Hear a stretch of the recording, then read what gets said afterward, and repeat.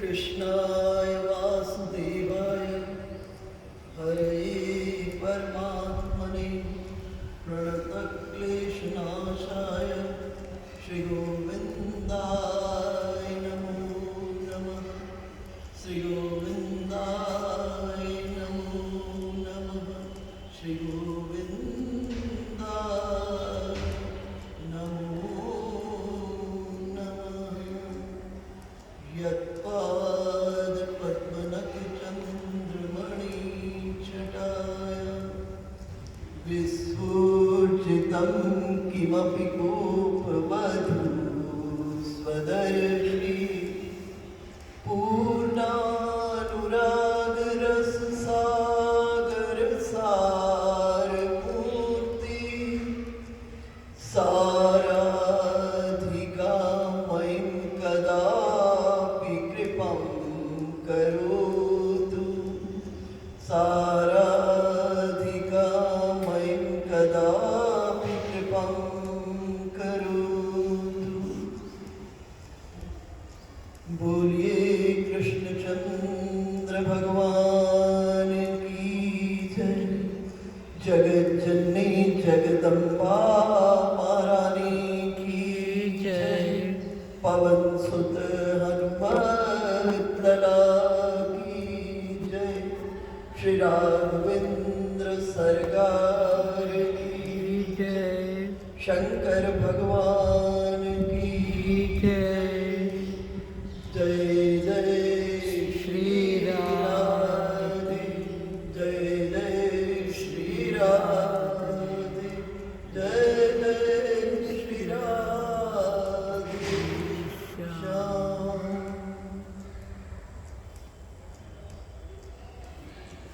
अखिल कोटि ब्रह्मांड नायक परात्पर ब्रह्म भक्तों के जीवन प्राणधन भक्त वत्सल शरणागत वत्सल अकारण करुणा वरुणालय आनंद कंद सच्चिदानंद परब्रह्म परमात्मा के शरण में हम आप सब चले।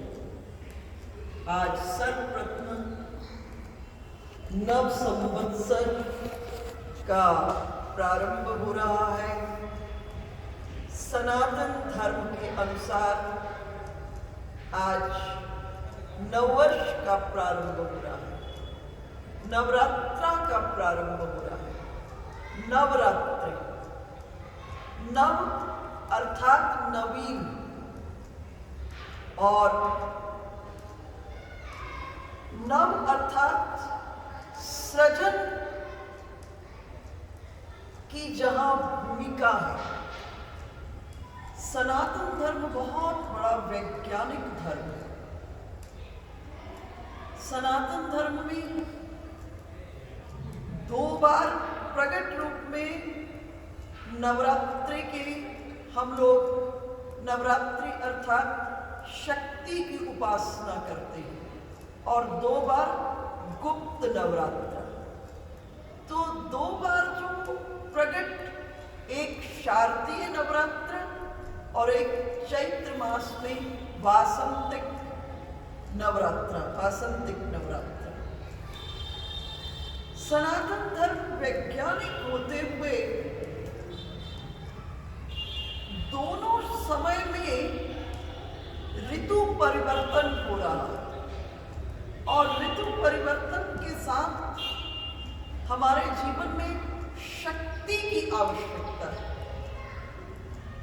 और 9 दिन शक्ति की उपासना में प्रत्येक व्यक्ति को अपने आप को समर्पित करना चाहिए। देखो, जो निराकार ब्रह्म है ना, वो शक्ति ही है। निराकार जो ब्रह्म है वो शक्ति है और उस शक्ति की उपासना करके हम अपने जीवन में शक्तिमान के रस का आस्वादन प्रतिपल कर 9 दिन शक्ति की उपासना करके हम आप्त होकर, दीप्त होकर प्रदीप्त होकर के, रसमय होकर के, ऊर्जावान होकर के, सृष्टि के कण-कण के भीतर में जो ब्रह्म है, उस ब्रह्म का दर्शन करते हुए उसका अपने अंतरंग के भीतर में आत्म साक्षात्कार करने की सामर्थ्य को प्राप्त करें। तो 9 दिन शारदीय नवरात्रा का सर्वप्रथम पूजन प्रत्यक्ष रूप में श्री रामचंद्र ने प्रारंभ किया। सागर के तट पर श्री राघवेंद्र सरकार ने भगवती की उपासना की। आश्विन मास शुक्ल पक्ष प्रतिपदा से श्री राघवेंद्र सरकार ने शक्ति की, भगवती की उपासना प्रारंभ की और तृतीय नवरात्रा से युद्ध प्रारंभ हुआ। 8 दिन ये युद्ध चला और 10वीं के दिन लंका विजयश्री की प्राप्ति हुई। इसलिए जो 9वीं भगवती का रूप है, 9 देवी अर्थात पार्वती जी, लक्ष्मी जी और काली, ये 3 रूपों का, 3 रूपों में आगे सात्विक, क्योंकि जगत की शक्तियों ने अनेक कार्य करना है, तो अनेक रूपों में ये 9 रूपों के भीतर में प्रकट हो रहे। देखो दुर्गा शब्द का क्या अर्थ है? दुर्गा, दू अर्थात जो हमारे भीतर में दुराग्रह आ गया है, दुर्व्यसन आ गया है, दरिद्रता आ गई है, उसको सहज में जब शरण में जाते हैं तो दूर कर देते, हमसे दूर कर देते, इनका विनाश कर देती है। हमारे भीतर में दुर्व्यसन, दुराग्रह, दरिद्रता, दुख, इसको जब हम भगवती की उपासना में जाते हैं, भगवती की शरण में जाते हैं, भगवती सहज में दूर कर देती है। और र का अर्थ है ये रोग का नाशक है, नाशिका है। हमारे भीतर में जो भी बाह्य दैहिक दुख है और अंतरंग में जो मानसिक दुख है, उन सर्वस्व दुखों से हमें दूर कर देती है। और ग का अर्थ है हमारे भीतर के सब विकारों का नाश करके, बाह्य स्वरूप में आप कहेंगे दैत्यों का विनाश नहीं, हमारे भीतर में जो विकार है, काम, क्रोध, लोभ, मोह, अहंकार, इतने विकार है, उनका नाश करके स्व की ओर गमन, स्व अर्थात निज की ओर गमन। और जब हम निज की ओर गमन करते हैं तो हमें किसकी प्राप्ति होती है? आत्म साक्षात्कार और ब्रह्म साक्षात्कार की साक्षात्कार हो जाता है। तो भगवती की उपासना के ये जो 9 दिन है, दोनों समय में, आप शारदीय नवरात्रा है तब भी ऋतु परिवर्तन, और अब चैत्र मास, अब भी ऋतु परिवर्तन, दोनों समय में शक्ति की आवश्यकता है। तो सनातन धर्म ने एक नियम बनाया कि ऋतु परिवर्तन के साथ वृत्तियों का भी परिवर्तन होता है। जैसे ब्रह्म मुहूर्त है, उस समय जीव की वृत्ति सात्विक होती है, मध्याह्न काल पहुंचते पहुंचते तक जीव राजसी हो जाता है, फिर सायंकाल रात्रि होते होते तामसी वृत्तियां जीव के भीतर में प्रभावी होने लगती हैं। इसी तरह ऋतु का भी जीव की वृत्ति पर बहुत बड़ा प्रभाव पड़ता है। तो सनातन धर्म ने बड़ा सुंदर विधान बनाया कि 9 दिन शक्ति की उपासना आप करें। तो जो 9वीं शक्ति है उसका नाम क्या है? सिद्धदात्री। मैं चर्चा कर रही थी शारदीय नवरात्रा का जो प्रारंभ विधान, पूजन विधान श्री राघवेंद्र सरकार ने, राम जी ने प्रारंभ किया। सागर के तट पर उन्होंने आश्विन शुक्ल पक्ष की प्रतिपदा से उपासना, भगवती का पूजन, भगवती की उपासना प्रारंभ की। तृतीय नवरात्रा से युद्ध प्रारंभ किया। 8 दिन युद्ध चला और नवी भगवती है सिद्धदात्री और 10वीं को विजयश्री की प्राप्ति हो गई। और आप देखेंगे 9 अंक जो है वो ब्रह्मवाचक अंक है। 9 अंक ब्रह्मवाचक अंक है, इसलिए हमारे यहाँ 9 की बहुत बड़ी भूमिका है। नवदा भक्ति, नवग्रह, ये सब की नक्षत्र जो है मूल रूप में 9, फिर आगे 27 हुए, फिर 27 के 4 चरण हुए, 108 हो गए। तो इस प्रकार से 9 जो अंक है वो ब्रह्मवाचक अंक है। और इसी तरह से भगवती के 9 रूपों की हम इन 9 दिनों में उपासना करके क्या हो जाए, शक्ति की उपासना, हम शक्ति की शरण के भीतर में जाए। देखो पृथ्वी पर ये जो 9 दिवस है ना, यूं शक्ति निर्गुण निराकार रूप में सृष्टि में कण कण में हर समय में विद्यमान है। बिना शक्ति के ये ब्रह्मांड चल ही नहीं सकता। शक्ति और शक्तिमान, बिना शक्ति के ये ब्रह्मांड एक क्षण को नहीं चल सकता। तो 9 दिनों में शक्ति यूं निराकार, लेकिन 9 दिनों में शक्ति सगुण साकार होकर इस ब्रह्मांड में प्रकट हो जाती है। इसलिए सगुण साकार रूप का हम भगवती का इन 9 दिनों में उपासना करते हैं। और जब 9 दिनों में उपासना करते हैं, अगर हृदय से भगवती की शरण में मानसिक, वाचिक और जितने मनसा कर्मणा वाचा तीनों से आप भगवती की शरण में जाते हैं, तो निश्चित है आपके जीवन के जितने अभाव हैं वो सब खत्म हो जाएंगे और आप भाव से भर जाएंगे। और भाव से भरकर इस सृष्टि के भीतर में उस ब्रह्म तत्व का, जिनकी वो शक्ति है, उनका आस्वादन कर पाएंगे। और इन 9 दिनों में भगवती के 9 रूपों में से प्रथम दिन जो पूजन होता है वो शैलपुत्री का होता है। शैलपुत्री अर्थात हिमवान और मैना के यहाँ, जब हिमवान और मैना बड़ी कठोर तपस्या करते हैं। आप त्रिपुरा रहस्य एक ग्रंथ है, त्रिपुरा रहस्य को अगर आप पढ़ेंगे तो पाएंगे हिमवान ने इतनी कठोर तपस्या की है। हिमवान ने कहा भगवती आपको हमारी कन्या बनना होगा। भगवती ने कहा मैं किसी की कन्या नहीं बनती, मैं महाशक्ति हूँ।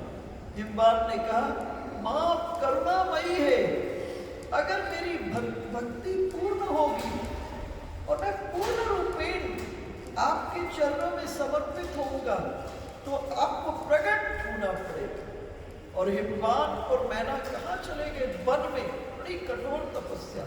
वन में जाकर एक वृक्ष में 100 रस्सों को बांध दिया, 100 रस्सों, और एक रस्से को घुमा के 100 बार घुमा दिया, 100 रस्से, और नीचे हवन कुंड की अग्नि, और ऊपर हिमवान उन 100 रस्सों में पांव को बांध करके फंसा करके लटक गए। हवन कुंड की जो अग्नि से धूम्र है, जो भी है, वही उनका आहार था। और अपनी पत्नी को कहे 1 बरस में भगवती ने अगर मुझे दर्शन नहीं दिए तो तुम 1 रस्से को काट दो। और काटते काटते 99 बरस बीत गए और आज 100वें बरस का अंतिम दिन है, भगवती प्रकट नहीं हुई। और हिमवान की पत्नी मैना पुकार रही है भगवती को, भगवती आप प्रकट हो, मेरे पति को दर्शन दीजिए। और हिमवान ने मैना को कहा मैंने ऐसा करो तुम इस 100वें रस्सी को भी काट दो। जैसे हवन कुंड में जौ तिल इत्यादि डाल करके हम आहुति देते हैं, जौ तिल अन्य जो हविष्य पदार्थ होते हैं देवताओं की प्रसन्नता से, उसी तरह मैं अपनी देह को आहुति के रूप में भगवती को समर्पित कर दूंगा। अगर इस जन्म में भगवती हमारी पुत्री बनने के लिए तैयार नहीं हुई, कृपा नहीं की हम पर, तो फिर दोबारा अगले जन्म में मैं साधना प्रारंभ करके भगवती को अपनी कन्या के रूप में प्राप्त करना चाहता हूँ। निश्चित भगवती मुझ पर कृपा करेगी। और मैंने व्याकुल होकर के रुदन करते हुए कही कि मैंने पातिव्रत धर्म के पालन का वचन लिया है, संकल्प लिया है। अगर मैं रस्सी को काट देती हूँ और पातिव्रत धर्म का पालन करती हूँ, रस्सी को काट देती हूँ और हिब्बान आग में झोंक देती हूँ, तो जगत में नारियां कहेंगी इसने अपने पति को जीवित आग के भीतर में झोंक। और अगर नहीं काटती हूँ रस्सी तो पातिव्रत धर्म खंडित हो जाता है। मैंने मनसा कर्मणा वाचा अपने पति की आज्ञा को मानने का संकल्प किया, पातिव्रत धर्म का पालन। और हिब्बान ने कहा मैंने व्याकुल मत हो, अंतिम रस्सी काट। और जैसे ही अंतिम रस्सी को काटने के लिए तलवार उठाई हाथ में, भगवती प्रकट हो गई अष्टभुजी देवी के रूप में। और जैसे ही अष्टभुजी देवी के रूप में भगवती प्रकट हुई, मैना और हिब्बान ने भगवती की स्तुति की। पर्वतराज की यहाँ पुत्री के रूप में प्रकट हुई, इसलिए इनका एक नाम शैलपुत्री हुई। पुत्री हुआ, शैल कहते हैं चट्टान, तो पर्वतराज के यहाँ एक नाम, पर्वतराज के यहाँ अवतार लेने के कारण, जन्म ले प्रकट होने के कारण एक नाम पार्वती हुआ और एक नाम शैलपुत्री हुआ। पूर्व जन्म के भीतर में ये दक्ष की कन्या थी। और श्रीमद् भागवत में भी आपने कथा में श्रवण किया है, जब पिता के द्वारा भगवान शंकर का अपमान होने के कारण और यज्ञ के भीतर में भगवान शंकर को स्थान नहीं दिया गया, तो यज्ञ कुंड के भीतर में अपनी देह को, शरीर में योगाग्नि को प्रकट कर ली और यज्ञ कुंड के भीतर में देह को भस्म कर दी। और महादेव भगवती जब जाने की भगवती ने अपनी देह को त्याग दिया है, तो वीरभद्र को अपनी जटा से प्रकट किए और वीरभद्र ने आकर यज्ञ को ध्वंस कर दिया। फिर सभी के सभी देवता महादेव के पास गए और महादेव को प्रसन्न करके, महादेव का एक नाम है आशुतोष। आशु कहती जल्दी और तोष कहते संतुष्ट, और जल्दी प्रसन्न हो। थोड़ी सी कोई आराधना करता है तो महादेव प्रसन्न हो जाते हैं। देवताओं ने स्तुति की, महादेव प्रसन्न हो गए और महादेव को लेकर के फिर दोबारा से दक्ष की गर्दन को शिवगणों ने काट दिया था। महादेव पुनः दक्ष की गर्दन के ऊपर बकरे की गर्दन लगाने के लिए देवताओं को आदेश दिए। देवताओं ने दक्ष की गर्दन के ऊपर बकरे की गर्दन लगा दिया और महादेव आए और आकर क्या किए, फिर दोबारा भगवती जब देह त्यागी थी तो यही चिंतन करते हुए त्यागी थी कि अगले जन्म में मुझे महादेव ही पति के रूप में प्राप्त हो। महादेव का चिंतन करते करते देह त्यागी थी। तो सती अगले जन्म में पार्वती जी के रूप में और शैलपुत्री के रूप में प्रकट हुई।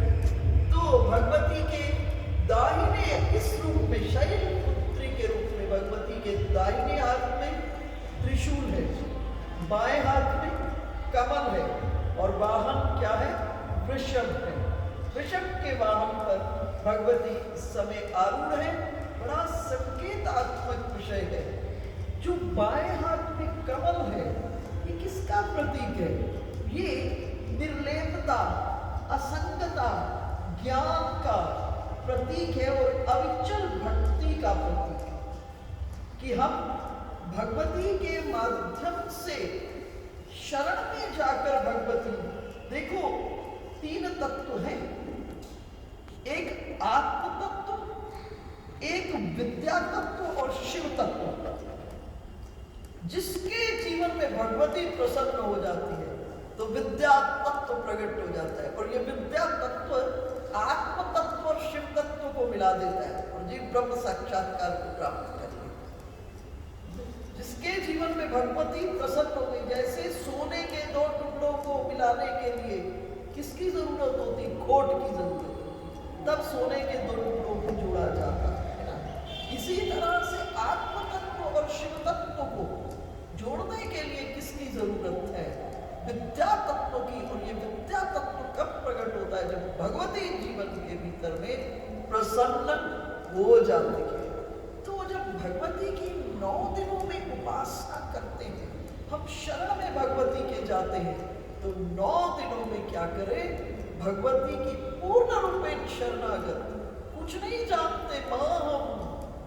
जैसे बच्चा मलमूत्र के भीतर में सना होता है, मां क्या करती है? मां उस मलमूत्र से सने हुए बच्चे को उठाती है, स्नान इत्यादि कराती है, शुद्धादि शुद्ध करती है और अपने पति के गोद में दे देती है। इसी तरह भगवती के जाके शरणागत हो जाओ।